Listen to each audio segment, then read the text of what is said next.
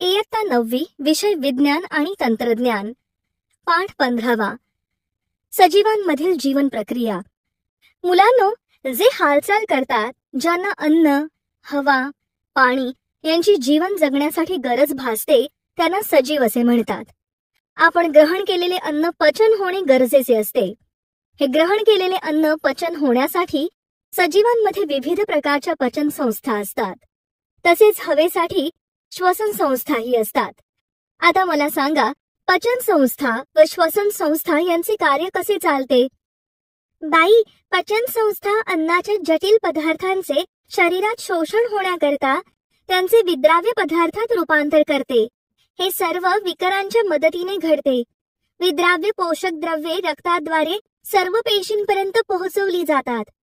श्वसन संस्थेमधील फुफ्फुसात ऑक्सिजन रक्तात मिसळला जातो व रक्ताभिसरणाने प्रत्येक पेशीपर्यंत पोहोचवला जातो। अगदी बरोबर। या पचन संस्थेचे व श्वसन संस्थेचे कार्य मेंदूच्या नियंत्रणाखाली असते आणि दोन्ही संस्थांच्या कार्यात समन्वय असतो। तर आपण या पाठामध्ये वनस्पती, प्राणी आणि मानव यांच्यामध्ये असणाऱ्या विविध संस्थांविषयी व त्यांच्या कार्याविषयी माहिती घेणार आहोत। तर सर्वप्रथम आपण परिवहन म्हणजे काय ते समजून घेऊ। परिवहन एका भागामध्ये संश्लेषित किंवा शोषून घेतलेला पदार्थ दुसऱ्या भागापर्यंत पोहोचवणे म्हणजेच परिवहन होय। जसे वनस्पती मुळांमार्फत मातीतील काही द्रव्यांचे शोषण करते आणि ते द्रव्य वनस्पतीच्या इतर भागांना पुरवले जाते। तर आता आपण वनस्पतींमधील परिवहनाची माहिती करून घेऊ।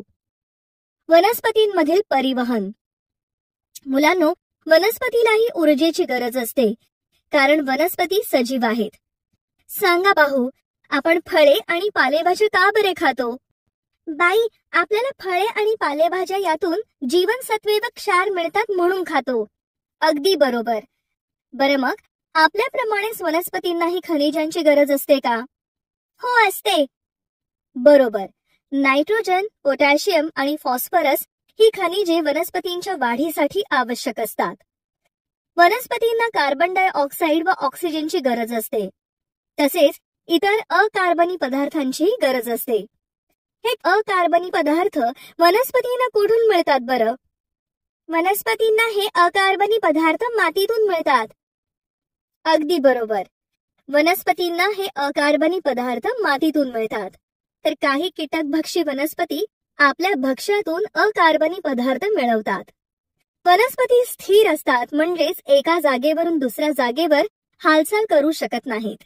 त्यांच्या शरीरात अनेक मृत पेशी असतात। प्राण्यांपेक्षा वनस्पतींना ऊर्जेची गरज कमी असते। वनस्पतींना nitrogen, phosphorus, magnesium, manganese, sodium या अकार्बनी पदार्थांची गरज असते। हे सर्व पदार्थ जमिनीतून मिळतात। वनस्पतींची मुळे या पदार्थांचे शोषण करतात आणि त्यांचे परिवहन करतात। वनस्पतींमधील विशिष्ट प्रकारच्या ऊती हे कार्य करतात। यातील जलवाहिन्या पाण्याचे वहन करतात, तर रसवाहिन्या या अन्नाचे वहन करतात। वनस्पतींचे सर्व भाग या संवहनी ऊतींशी जोडलेले असतात। तर मग आता तुम्ही मला सांगा, जलवाहिन्या व रसवाहिन्या हे प्रकार वनस्पतीच्या कोणत्या ऊतीचे आहेत? बाई, जलवाहिन्या व रसवाहिन्या हे प्रकार वनस्पतीच्या जटिल स्थायी ऊतींचे प्रकार आहेत। त्या संवहनी ऊती आहेत। अगदी बरोबर। वनस्पतींमधील पाण्याचे वहन। मूलदाब। मुळांच्या पेशीत निर्माण होणाऱ्या दाबाला मूलदाब असे म्हणतात। या पेशी जमिनीतील पाणी आणि खनिजे यांच्या संपर्कात असतात। आता आपण एक कृती करूया। यासाठी तेरडा किंवा गुलछडी यासारखी लहान वनस्पती तिच्या मुळासह घ्या। तिची मुळे स्वच्छ धुवून घ्या। ती सॅफ्रॉनिन किंवा इओसिन यासारखे रंगद्रव्य घातलेल्या पाण्यात ठेवा। 2 ते 3 तास वनस्पती या पाण्यात तशीच ठेवा। आता 2 ते 3 तासानंतर या वनस्पतीमध्ये काय फरक जाणवला ते सांगा। हे रंगीत पाणी मूलदाबामुळे वर चढले आहे। अगदी बरोबर। मूलदाबामुळे हे रंगीत पाणी वर चढते। मुळांच्या पेशी या जमिनीतील पाणी आणि खनिजे यांच्या संपर्कात असतात। संहतीमध्ये फरक असल्यामुळे पाणी आणि खनिजे जमिनीच्या मुळांच्या पृष्ठभागावरील पेशींमध्ये शिरतात। त्यामुळे पेशी ताठर बनतात। आणि लगतच्या पेशीवर त्या मूलदाब निर्माण करतात.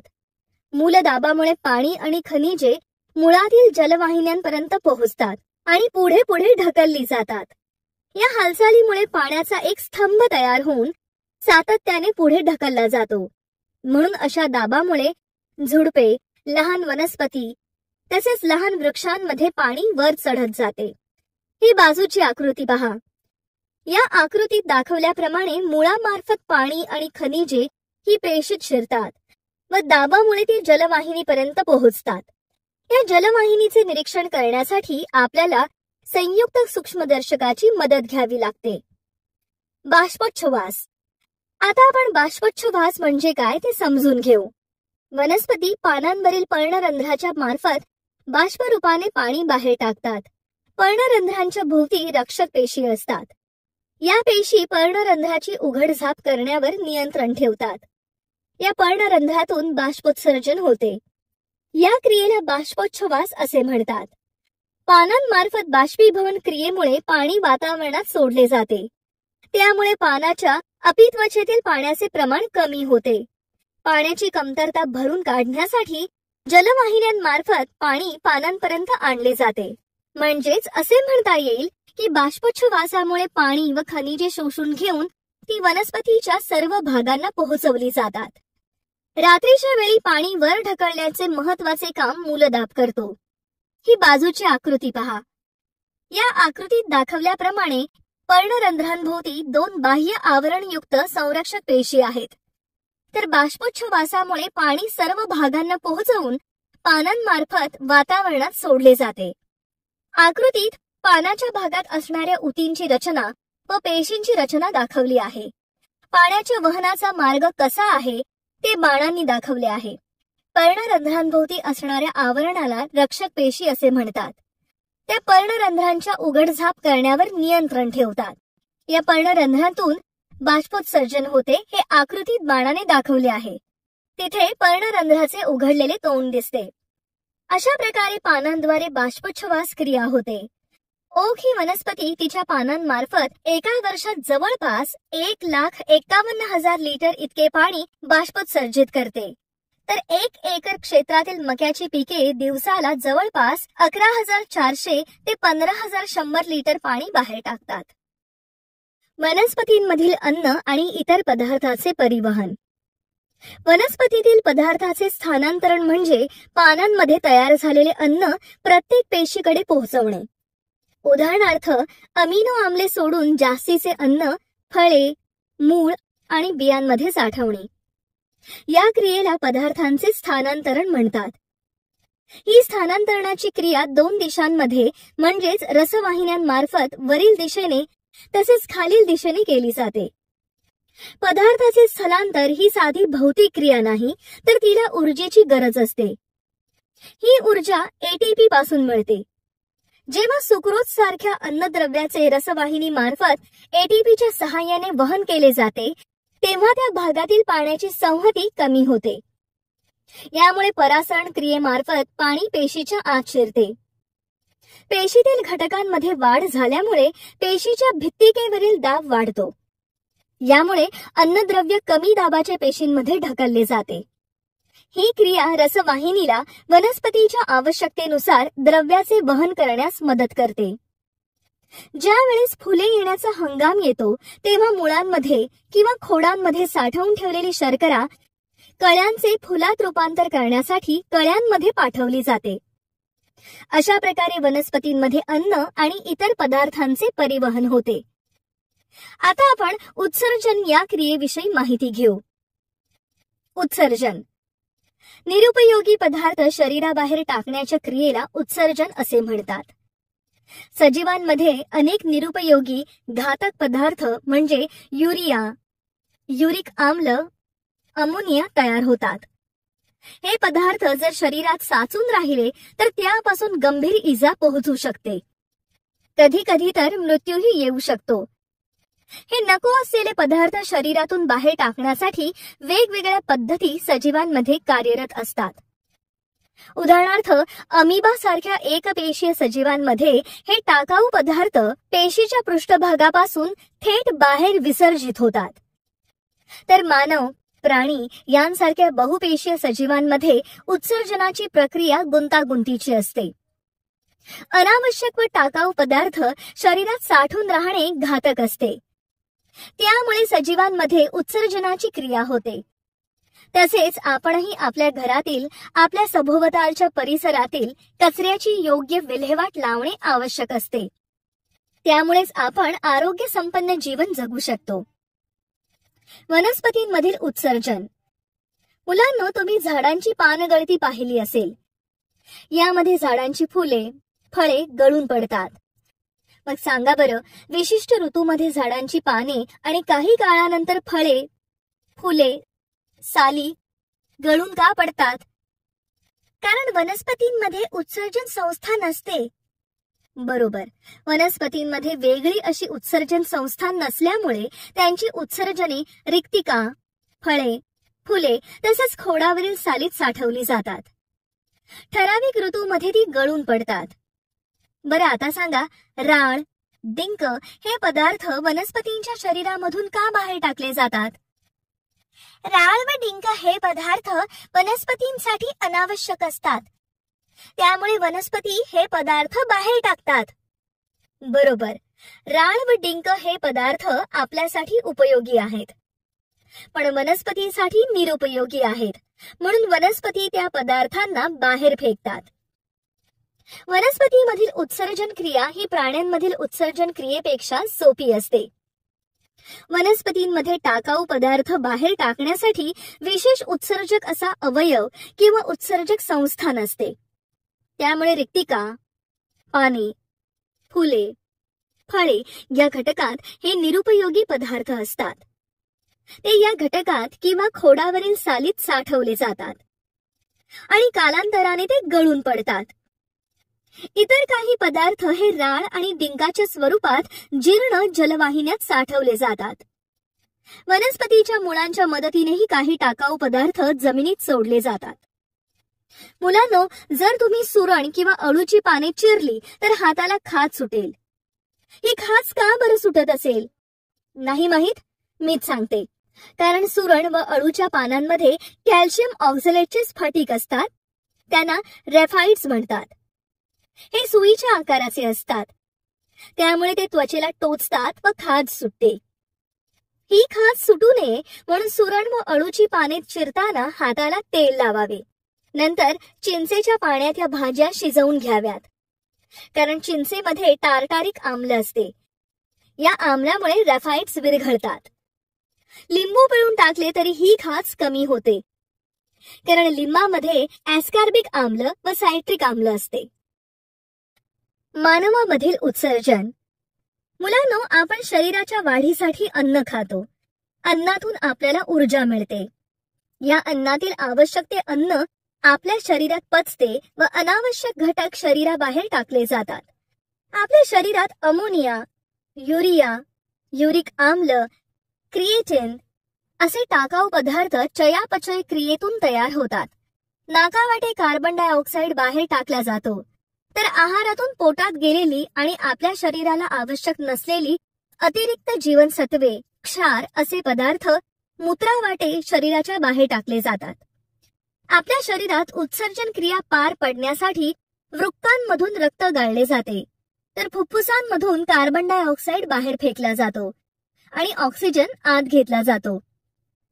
त्वचेवरील धर्मग्रंथीतून काही प्रमाणात उत्सर्जित पदार्थ घामावाटे बाहेर टाकले जातात. शरीरातून नको असलेले पदार्थ घामावाटे शरीराच्या बाहेर टाकले जातात. तसेच गुद्वारातून बहिक्षेपण क्रियेने न पचलेले अन्न व चोथा शरीराबाहेर टाकले जाते. अशा रीतीने नको असलेले पदार्थ शरीराबाहेर टाकले जातात. मानवी शरीरात अशा वेगवेगळ्या क्रिया पार पाडण्यासाठी योग्य व सक्षम अशा इंद्रिय संस्था कार्यरत आहेत. उदाहरणार्थ पचन संस्था, श्वासोच्छवासासाठी श्वसन संस्था. अन्नपचनातून ऊर्जा निर्मिती केली जाते. त्यावेळी शरीरात विविध टाकाऊ पदार्थ तयार झालेले असतात. या पदार्थांना शरीराबाहेर टाकण्याचे काम उत्सर्जन संस्था करत असते. मानवाच्या उत्सर्जन संस्थेत वृक्काची जोडी, मूत्रवाहिनीची जोडी, मूत्राशय आणि मूत्रोत्सर्जक नलिका यांचा समावेश होतो. आपल्या शरीरातील वृक्कांमार्फत रक्तातील टाकाऊ पदार्थ आणि जास्तीचे अनावश्यक पदार्थ वेगळे करून मूत्र तयार केले जाते। ही बाजूची आकृती पहा। या आकृतीत दाखवलेले घटक उत्सर्जन क्रियेत मदत करतात। आकृतीत दाखवल्याप्रमाणे मानवी उत्सर्जन संस्थेत वृक्काची जोडी, मूत्रवाहिनी, मूत्राशय, मूत्रोत्सर्जक नलिका यांचा समावेश दिसतो आहे। वृक्क आपल्या शरीरात दोन्ही बाजूस एक असे 2 वृक्क असतात। याचा आकार घेवड्याच्या बी सारखा असून रंग लालसर तपकिरी असतो। त्याची लांबी 10 ते 12 सेंटीमीटर असून रुंदी 6 सेंटीमीटर तर जाडी 4 सेंटीमीटर असते। वृक्काच्या बाह्य आवरणाला वलकुट म्हणतात। त्यामध्ये 8 ते 18 शंकवाकृती घटक असतात। त्यांना मध्यांग म्हणतात। मध्यांगासमोर मूत्रवाहिनीचा श्रांगी नावाचा भाग असतो।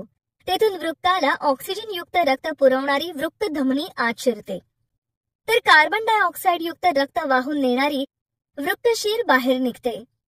वृक्कात सुमारे 10 लाख मूत्रजनक नलिका असतात।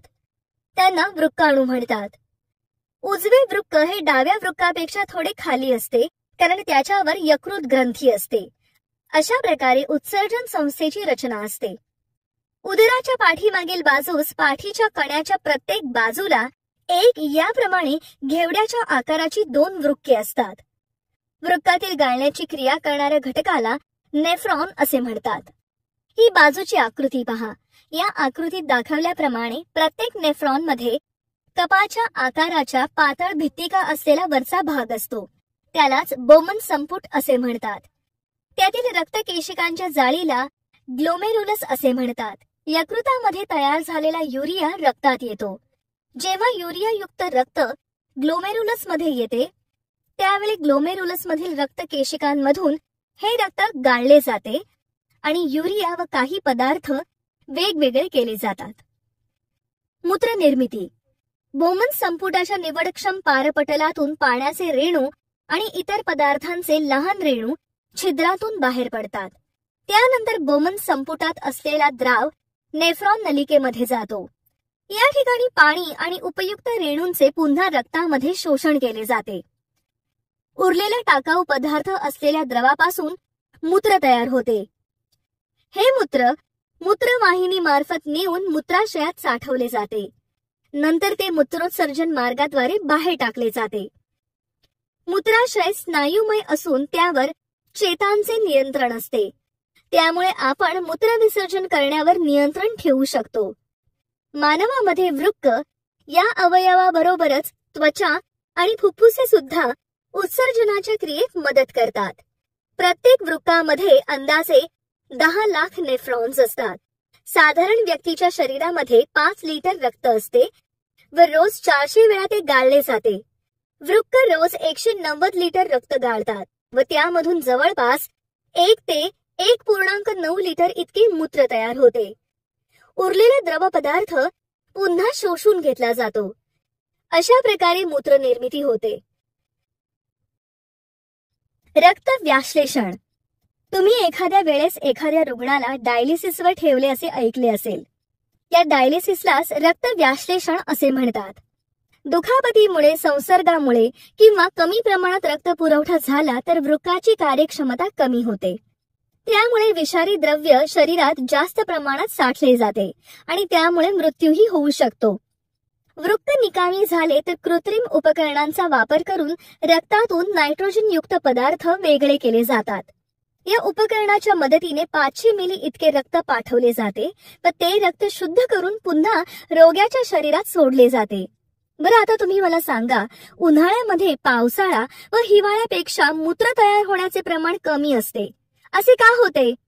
उन्हाळ्यात हवेचे तापमान जास्त असते त्यामुळे घाम येतो, तर पावसाळ्यात व हिवाळ्यात तापमान कमी असते म्हणून घाम कमी येतो। अगदी बरोबर। शरीराचे तापमान संतुलित राखण्यासाठी घाम येतो, त्यामुळे मूत्र तयार होण्याचे प्रमाण कमी असते। तुम्हाला माहित असेल की प्रौढ व्यक्तींमध्ये मूत्र विसर्जनाची क्रिया नियंत्रणात असते, परंतु काही लहान मुलांमध्ये ही क्रिया नियंत्रणात नसते।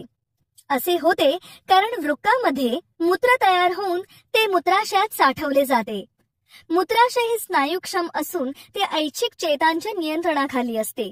त्यामुळे मूत्राशय भरले की मूत्र विसर्जनाची इच्छा होते. परंतु लहान मुलात ही क्रिया विकसित झालेली नसते, म्हणून लहान मुलांमध्ये ही क्रिया नियंत्रणात नसते. समन्वय. आपल्या शरीरामध्ये विविध संस्था कार्य करत असतात. या संस्थेमध्ये सुसूत्रता असावी लागते.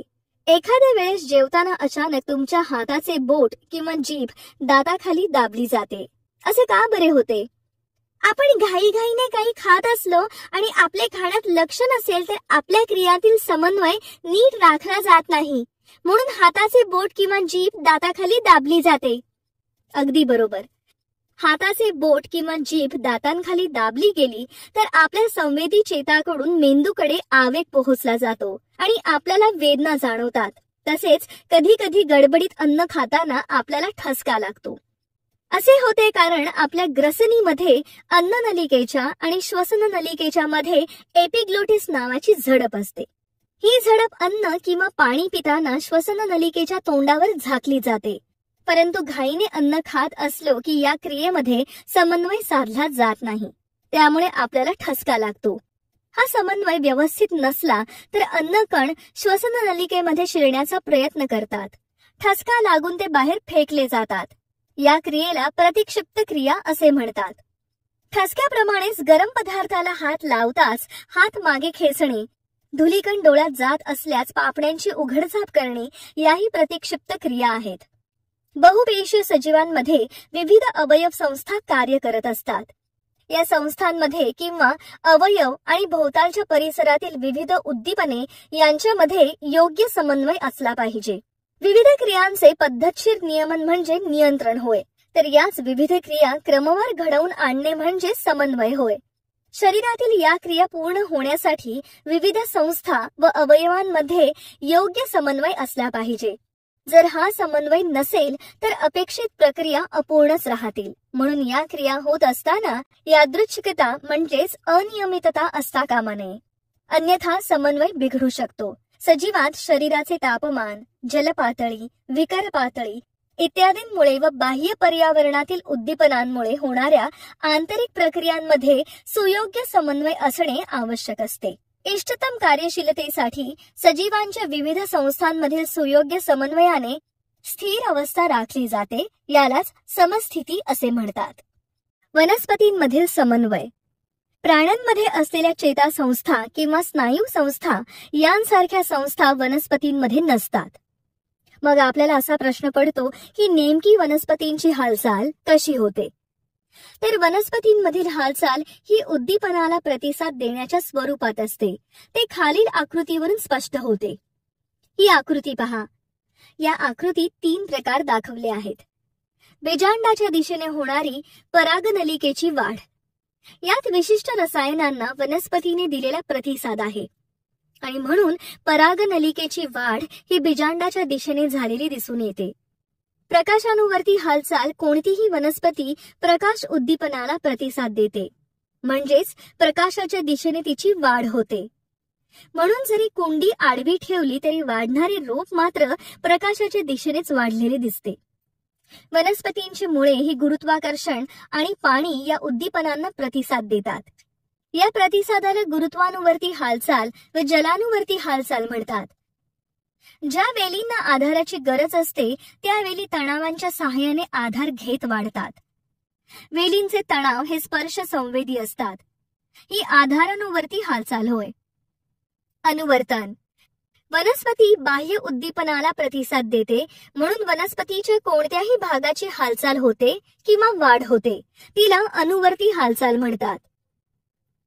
प्रकाशानुवर्ती हालचाल.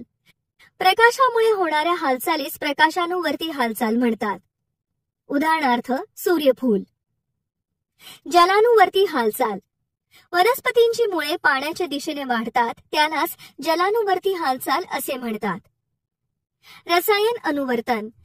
विशिष्ट रसायनांना दिलेला प्रतिसाद म्हणून वनस्पतीच्या झालेल्या हालचालीस रसायन अनुवर्तन असे म्हणतात. उदाहरणार्थ बीजांडाच्या दिशेने परागनलिकेची वाढ होते. वृद्धी संलग्न हालचाल. वरील सर्व प्रकारच्या हालचाली या वनस्पतीच्या वाढीशी संबंधित आहे, म्हणून यांना वृद्धी संलग्न हालचाल असे म्हणतात. विज्ञानाच्या गवाक्षातून काही वनस्पती ह्या वेलींच्या स्वरूपात वाढतात. वेलींचे तणाव हे स्पर्श संवेदी असतात. प्ररोहाच्या अग्रभागात म्हणजे समोरील भागामध्ये ऑक्झिन नावाचे संप्रेरक पेशी विवर्धनाला मदत करते. खोडाच्या वाढीसाठी जिब्बरेलिन्स, पेशीच्या विभाजनासाठी सायटोकायनिन्स ही संप्रेरके मदत करतात.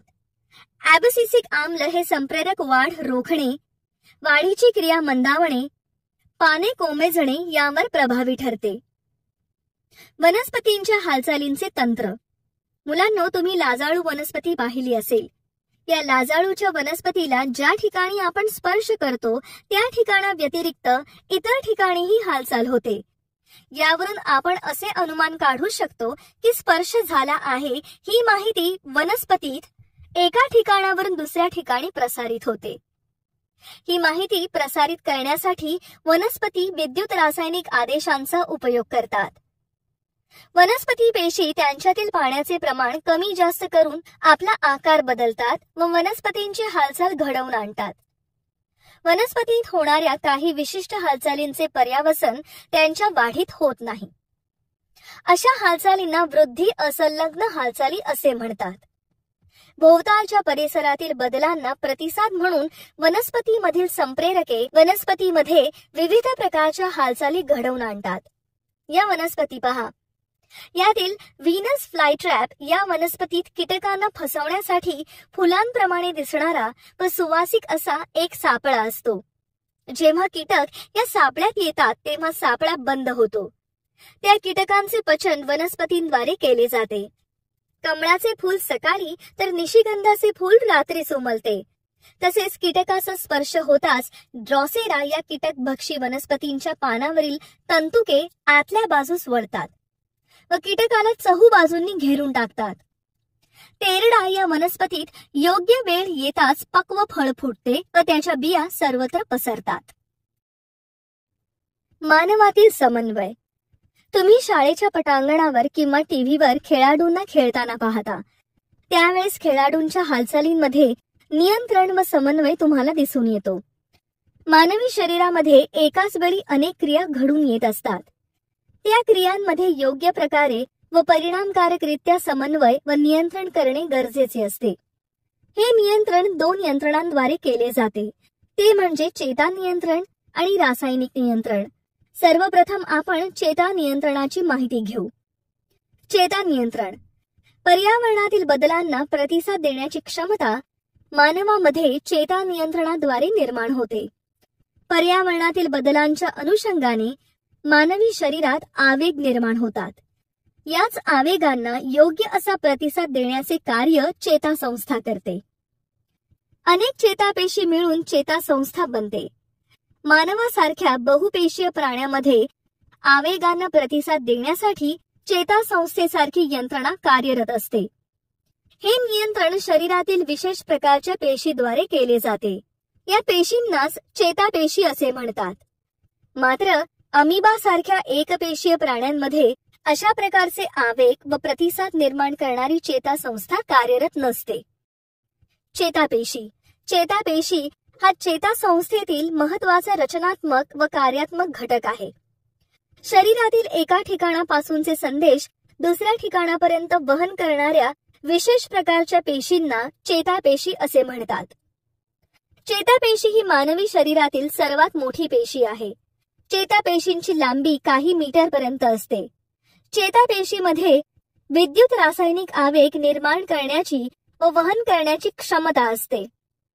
चेतापेशींना आधार देणाऱ्या व त्यांच्या कार्यात मदत करणाऱ्या पेशींना चेताबंध असे म्हणतात. चेतापेशी व चेताबंध यांच्या मदतीने चेता बनतात. ही बाजूची आकृती पहा. या आकृतीत दाखवल्याप्रमाणे पर्यावरणातील माहिती चेतापेशीतील वृक्षिकेच्या टोकांद्वारे ग्रहण केली जाते. त्याच ठिकाणी रासायनिक प्रक्रिया सुरू होऊन विद्युत आवेग निर्माण होतात. या विद्युत आवेगांचे वहन वृक्षिकेकडून पेशीकायकेकडे व पेशीकायकडून अक्षतंतूकडे व अक्षतंतूंकडून त्यांच्या टोकाकडे होते. हे आवेग एका चेतापेशीकडून दुसऱ्या चेतापेशीकडे संक्रमित केले जातात. या संक्रमणासाठी पहिल्या अक्षतंतूच्या शेवटच्या टोकाशी पोहोचलेला विद्युत आवेग चेतापेशीला काही रसायने स्त्रवण्यास प्रोत्साहित करतो. ही रसायने दोन चेतापेशींच्या मध्ये असलेल्या अतिशय लहान पोकळीतून जातात. त्याला संपर्क स्थान असे म्हणतात. ती तसाच आवेग पुढील चेतापेशीच्या वृक्षिकेमध्ये निर्माण करतात. अशा प्रकारे या आवेगांचे शरीरामध्ये वहन होते व हे आवेग चेतापेशींकडून शेवटी स्नायूपेशी किंवा ग्रंथींकडे पोहोचवले जातात. जेव्हा एखादी कृती किंवा हालचाल घडवून आणायची असते तेव्हा सर्वात शेवटचे कार्य हे स्नायू ऊतींचे असते. कोणत्याही प्रकारचे कार्य करण्यासाठी स्नायूपेशींची हालचाल होणे गरजेचे असते. स्नायूपेशींमध्ये विशिष्ट प्रकारची प्रथिने असतात व याच प्रथिनांमुळे स्नायूपेशी आपला आकार बदलतात. या प्रथिनांमुळे चेतांच्या विद्युत आवेगांना प्रतिसाद देण्याची क्षमता पेशीत निर्माण होते. यावरून आपण असे म्हणू शकतो की विद्युत आवेगाच्या स्वरूपातील माहितीचे शरीराच्या एका भागाकडून दुसऱ्या भागाकडे वहन करण्याची क्षमता असलेल्या चेतांच्या सुसंघटित जाळ्याने चेतासंस्था बनलेली असते. आता तुम्ही मला सांगा, सजीवांची ज्ञानेंद्रिये कोणती आहेत? त्यांचे कार्य काय आहे? सजीवात नाक, डोळे, कान, जीभ आणि त्वचा ही महत्वाची ज्ञानेंद्रिये आहेत. अपृष्ठवंशीय प्राण्यात म्हणजेच पाठीचा कणा असलेल्या प्राण्यात ही ज्ञानेंद्रिय वेगवेगळी असतात.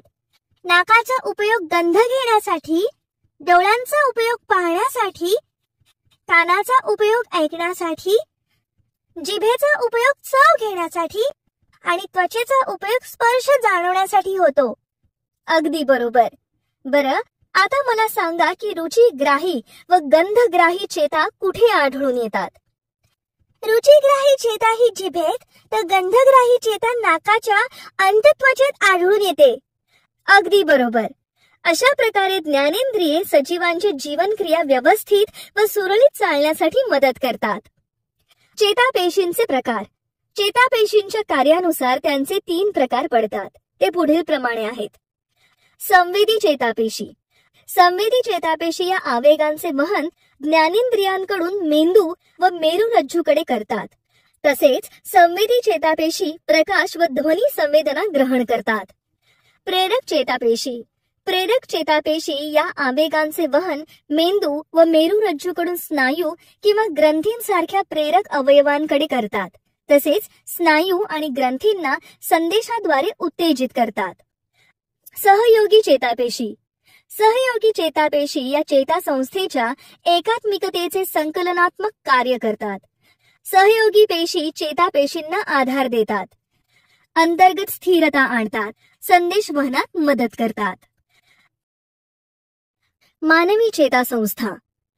मानवी चेतासंस्था ही 3 भागात विभागली आहे. मध्यवर्ती चेतासंस्था, परिघीय चेतासंस्था आणि स्वायत्त चेतासंस्था. ही बाजूची आकृती पहा. या आकृतीत दाखवल्याप्रमाणे मानवी सांगाड्याचा वरील भाग हा मध्यवर्ती चेतासंस्थेचा तर त्याखालील भाग हा परिघीय चेतासंस्थेचा आहे. तर काही चेतासंस्था या स्वतंत्र कार्य करत असतात. त्यांना स्वायत्त चेतासंस्था असे म्हणतात.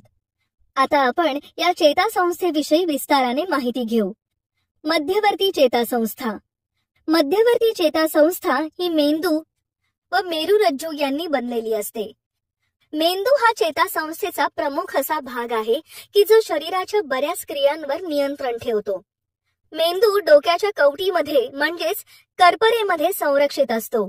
मेरुरज्जूला कशेरू स्तंभाचे म्हणजेच पाठीच्या कण्याचे संरक्षण असते. चेतासंस्था व त्यावरील अस्थी यांच्या दरम्यानच्या पोकळीत संरक्षण करणारी आवरणे ही मस्तिष्क आवरणे असतात. मेंदूच्या विविध भागातील पोकळ्यांना मस्तिष्क निलये म्हणतात. तर मेरुरज्जूमधील लांब पोकळीला मध्यनाल म्हणतात. मस्तिष्क निलये, मध्यनाल व मस्तिष्क आवरणांमधील पोकळ्यांमध्ये प्रमस्तिष्क मेरुद्रव असतो. हा द्रव मध्यवर्ती चेतासंस्थेस पोषक द्रव्ये पुरवतो, तसेच आघातांपासून तिचे संरक्षणही करतो. ही आकृती पहा. या आकृतीत मेंदूची रचना दिली आहे. प्रौढ माणसाच्या मेंदूचे वजन हे 1300 ते 1400 ग्रॅम असते व तो 100 अब्ज चेतापेशींचा बनलेला असतो. ही बाजूची आकृती पहा. या आकृतीत दाखवल्याप्रमाणे आपल्या मेंदूची डावी बाजू व उजवी बाजू असते. मेंदूची डावी बाजू ही शरीराच्या उजव्या बाजूस तर मेंदूची उजवी बाजू शरीराच्या डाव्या बाजूस नियंत्रित करते. मेंदूची डावी बाजू संभाषण, लिखाण व तर्कसंगत विचार नियंत्रित करते. उदाहरणार्थ गणित सोडवणे, एखाद्या विषयावर भाषण करणे इत्यादी. मेंदूची उजवी बाजू आपल्यातील कलाक्षमतेवर नियंत्रण ठेवते. उदाहरणार्थ कला व संगीतामध्ये काहीतरी नवीन निर्माण करणे, एखाद्या विषयावर सर्वांगीण विचार करणे इत्यादी. आपल्या मेंदूचे 3 भाग असतात: प्रमस्तिष्क, अनुमस्तिष्क आणि मस्तिष्क पुच्छ. प्रमस्तिष्क हा मेंदूचा सर्वात मोठा भाग असून तो 2 प्रमस्तिष्क गोलार्धांचा बनलेला असतो. हे 2 गोलार्ध टणक तंतू आणि चेतामार्ग यांनी एकमेकांना जोडलेले असतात. आपल्या मेंदूचा 2/3 भाग हा प्रमस्तिष्क मेंदूने व्यापलेला असतो, म्हणून याला मोठा मेंदू असे म्हणतात. या प्रमस्तिष्काचा बाहेरील पृष्ठभाग हा वळ्या व खाचा यांनी बनलेला असतो. त्यांना संवलन असे म्हणतात. यामुळे प्रमस्तिष्काच्या पृष्ठभागाचे क्षेत्रफळ वाढते व चेतापेशींसाठी जास्त जागा मिळते. प्रमस्तिष्क हा भाग ऐच्छिक हालचालींवर नियंत्रण ठेवतो. तसेच मनाची एकाग्रता, नियोजन, निर्णय क्षमता, स्मरणशक्ती, बुद्धिमत्ता व बुद्धिविषयक क्रिया इत्यादी कार्यांमध्ये प्रमस्तिष्क खूप महत्वाची भूमिका पार पाडतो. तसेच विचार करणे, निर्णय घेणे, नियोजन या क्रिया तो पार पाडतो. अनुमस्तिष्क हा मेंदूचा छोटा भाग आहे. हा कवटीच्या मागील बाजूस आणि प्रमस्तिष्काच्या खालील बाजूस असतो. अनुमस्तिष्काचा पृष्ठभाग वळ्यांऐवजी उंचवटे व खळगे या स्वरूपात असतो. शरीराचा तोल सांभाळण्यासाठी व ऐच्छिक हालचालींमध्ये सुसूत्रता आणण्यासाठी अनुमस्तिष्काची मदत होते. अनुमस्तिष्क यालाच लहान मेंदू असेही म्हणतात. याचे अग्रपाली, पश्चपाली आणि प्रधान अनुमस्तिष्क पाली असे 3 भाग असतात. मस्तिष्क पुच्छ हा मेंदूचा सर्वात शेवटचा किंवा पुच्छ बाजूचा भाग आहे. याची संरचना 2 त्रिकोणाकृती उंचवट्यांसारखी असते. त्याला पिरॅमिड असे म्हणतात. याच्या पश्चभागाचे पुढे मेरुरज्जूत रूपांतर होते. मस्तिष्क पुच्छाला इजा झाली की व्यक्तीला मृत्यू येतो, कारण मस्तिष्क पुच्छाच्या नियंत्रणाखाली हृदयांचे आकुंचन, शिथिलीकरण होते. तसेच श्वासोच्छवासाची क्रिया नियंत्रित होते. हृदय व श्वासोच्छवासाची क्रिया या शरीराच्या जीवनावश्यक बाबी आहेत. त्यामुळे यालाच जर इजा झाली तर साहजिकच मृत्यू ओढवतो. हृदयाचे ठोके, रक्तप्रवाह, श्वासोच्छवास, शिंकणे, खोकणे, लाळ तयार होणे अशा विविध अनैच्छिक क्रियांवर नियंत्रण ठेवण्यासाठी मस्तिष्क पुच्छ मदत करते. मेरुरज्जू ही बाजूची आकृती पहा. या आकृतीत दाखवल्याप्रमाणे मेंदूच्या खाली कशेरुस्तंभ म्हणजेच पाठीचा कणा दिसतो आहे. या पाठीच्या कण्याच्या मध्यभागी मेरुरज्जू असतो. हा मेरुरज्जू चेतासंस्थेचा भाग असतो. तो कशेरुस्तंभामध्ये स्थिर असतो. तो काहीसा जाडसर असतो व पुढे पुढे निमुळता होत जातो. शेवटी तंतुमय धाग्यासारखा भाग असतो. त्याला अंत्यतंतू असे म्हणतात. परिघीय चेतासंस्था मध्यवर्ती चेतासंस्थेपासून निघणाऱ्या चेतांचा समावेश परिघीय चेतासंस्थेत होतो.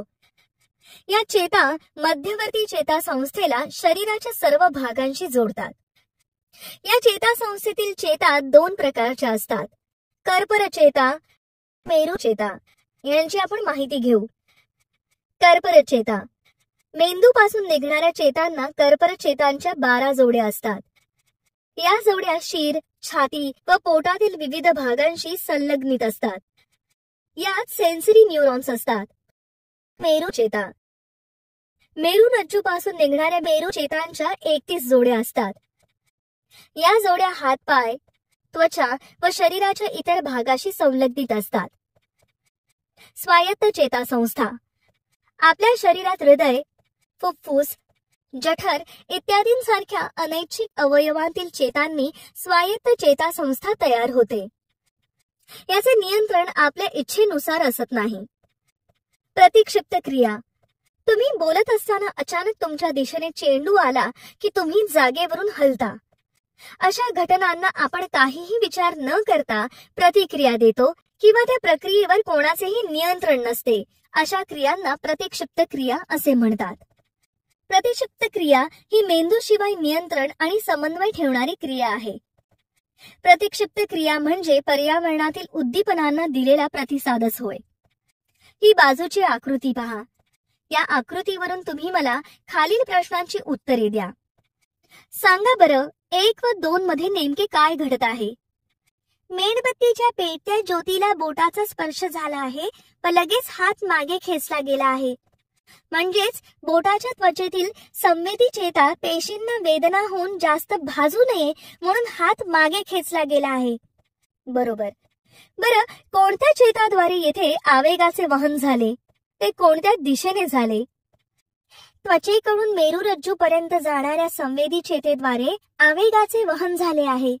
म्हणजेच अभिवाही संवेदी चेता आवेगाचे वहन मेरुरज्जूच्या दिशेने करत आहे. अगदी बरोबर. बरं सांगा, आकृतीतील 4 ही कोणती चेता आहे? सहयोगी चेता. बरोबर. संवेदी चेता आणि प्रेरक चेता यांच्या आवेगाचे हस्तांतर करण्याचे कार्य या चेता करत असतात. बरं सांगा, आकृतीतील 5 हा कोणता अवयव आहे? मेरुरज्जू. अगदी बरोबर. आकृतीतील 6 प्रतिसादाचे वहन कोणती चेता करत आहे? प्रेरक चेता 6 प्रतिसादाचे वहन करत आहे. बरोबर. हाच प्रतिसाद मेरुरज्जूपासून स्नायू पेशीपर्यंत जात आहे. आता सांगा, आकृतीतील 7 हा प्रतिसाद नेमका कोठपर्यंत पोहोचला आहे? त्यामुळे काय झाले? 7 हा प्रतिसाद दंडातील स्नायूपर्यंत पोहोचला आहे. त्यामुळे तेथील स्नायूंचे आकुंचन झाले आहे व पटकन हात मागे खेचला गेला आहे. अगदी बरोबर उत्तरे दिली तुम्ही. आता आपण या आकृतीला नावे देऊया.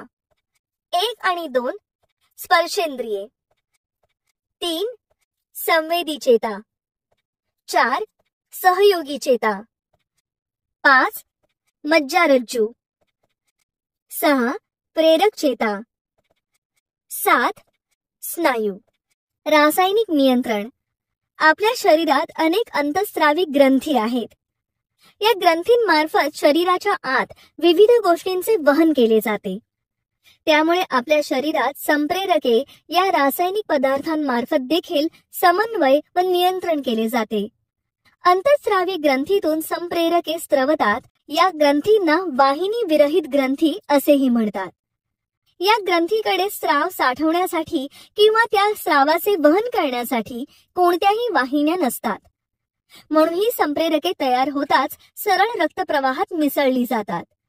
या अंतःस्रावी ग्रंथी शरीरात जरी ठराविक ठिकाणीच असल्या तरी त्यांची संप्रेरके रक्तामार्फत सर्व भागात पोहोचतात. अंतःस्रावी ग्रंथी चेतासंस्थेच्या बरोबरीने नियंत्रण व समन्वय राखण्याचे काम करतात. शरीरातील विविध क्रियांचे नियंत्रण व एकात्मीकरण करण्याचे कार्य या दोन्ही संस्था एकमेकींच्या मदतीने करतात. या 2 संस्थांतील महत्वाचा फरक म्हणजे चेता आवेग हे जलद आणि कमी कालावधीसाठीच असतात, तर संप्रेरकांकडून होणारी क्रिया खूप धीम्या गतीने होते, मात्र ती दीर्घकाळ टिकणारी असते. आपल्या शरीरामध्ये संप्रेरकाचे स्रवणे हे गरज असेल तितकेच व्हायला हवे. यासाठी आपल्या शरीरात विशिष्ट यंत्रणा कार्यरत असते. संप्रेरकाचे स्रवण होण्याचे प्रमाण व वेळ यांचे योग्य प्रकारे नियमन केले जाते.